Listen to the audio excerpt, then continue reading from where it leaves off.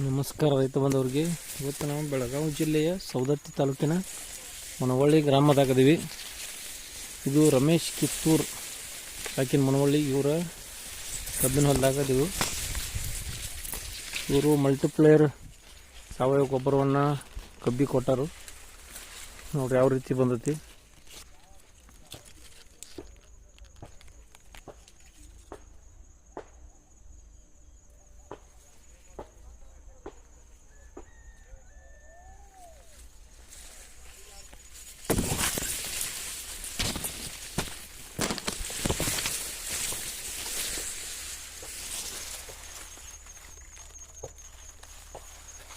ನೋಡ್ಬೋದು ಯಾವ ರೀತಿ ಐತಿ, ಮರಿ ಸಂಖ್ಯೆ ಆಗಲಿ, ಕಬ್ಬು ಯಾವ ರೀತಿ ಐತಿ.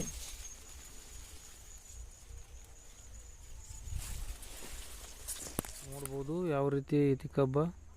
ಒಂದು ರೋಗ ಇಲ್ಲ, ಇಲ್ಲಿ ಎಷ್ಟು ಅಗಲೈತಿ. ಮತ್ತು ನೋಡ್ಬೋದು ನೀವು ಯಾವ ರೀತಿ ಐತಿ ಎಲ್ಲ ಕಡೆ.